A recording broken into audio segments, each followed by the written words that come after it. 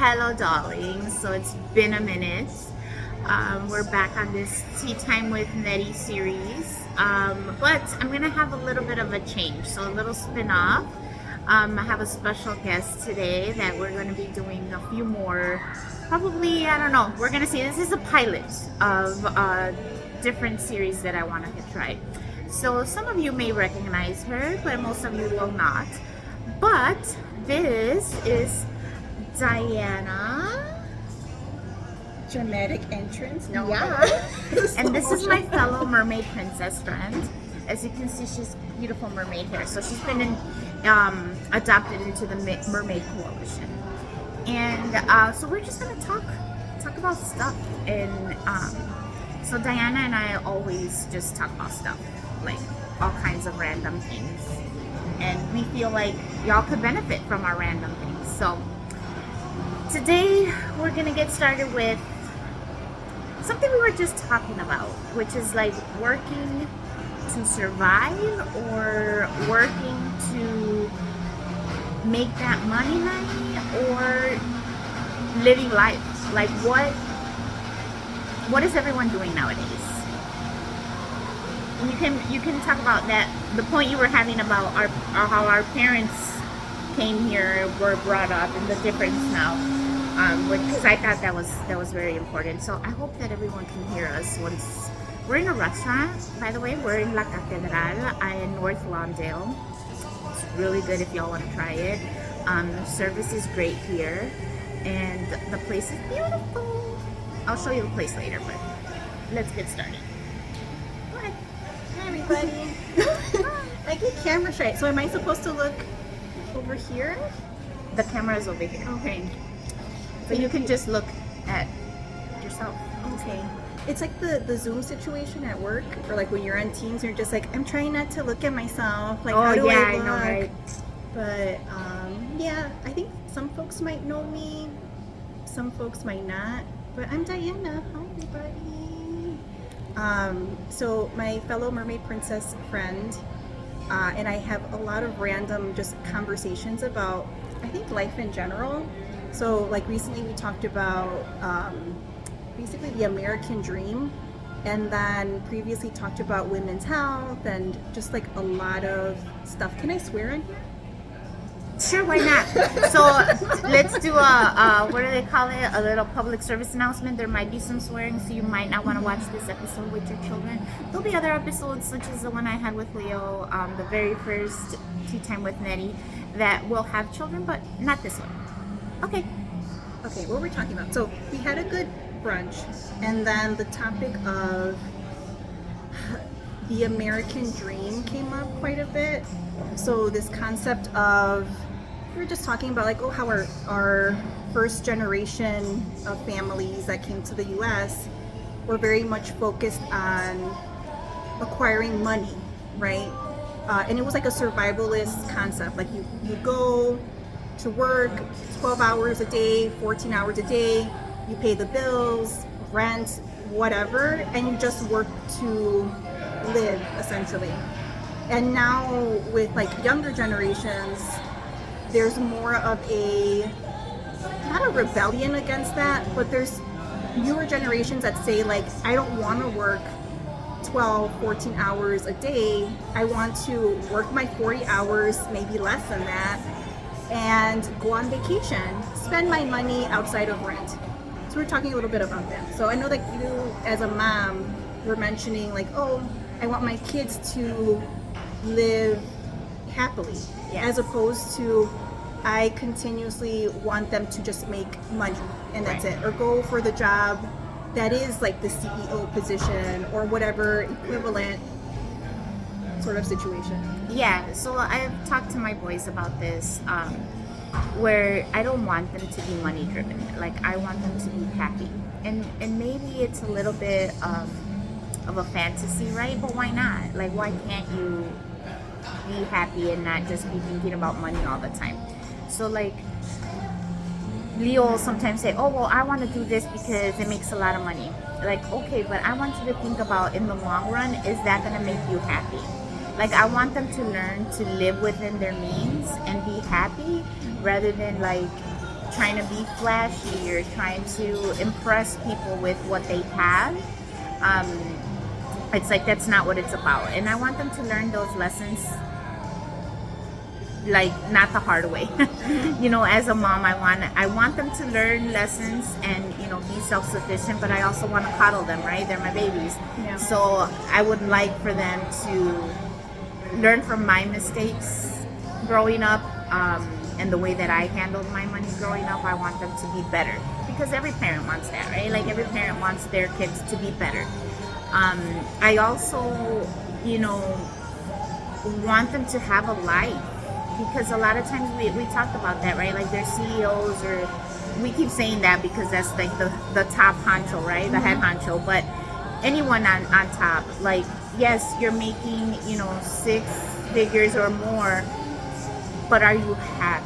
Do you get to have a life? Do you get to see your family? Do you get to see your friends? Do you have any friends? Yeah. You know?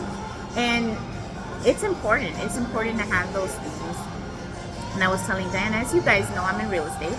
And so I've come across, you know, some clients who are younger than me, and they have that mindset where they don't want to live above their means, because they have a plan of like, well, I want to go out, I want to travel, I want to buy this, I want to buy that for themselves.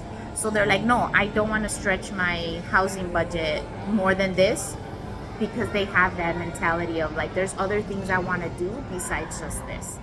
And I like that. I like to see that that things are progressing in a different pattern than what our parents did.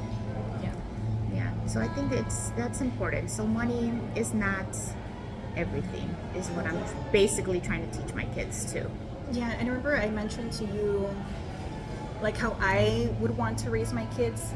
So there's like this saying of like, there's people who work to live, and then there's the opposite of that. So there's just people that like all their whole upbringing is just to work. And then there's a tiny portion that's like, okay, we'll go on vacation, but it seldom happens. It's like every like 10, 20 years that people do that. And now there's a shift of like, no, we're going to make more time to enjoy ourselves. We're going to go on a vacation every 3 months or whatever, 4 months. Yeah. It's like a big difference. And I don't know if we're ever going to get like a nice like equal, like for folks to I think it'll take a while, because it's sort of a new thing, right? To your point about taking vacations, it's one of my friends one time said, like, I want to make memories, not have all this stuff. Yeah, that's true. And it's like, wow, yeah, that's a big shift, as opposed to like, okay, yes, guys, I love purses and I have 1 million of them, get over it. But yes, like I'm like, okay, maybe instead of buying that other purse, maybe I should just put that money aside, and then we can go somewhere, or we can do something. And it's like, yes, I want my kids, and I want, you know, my life to be more about making memories than having stuff, you know?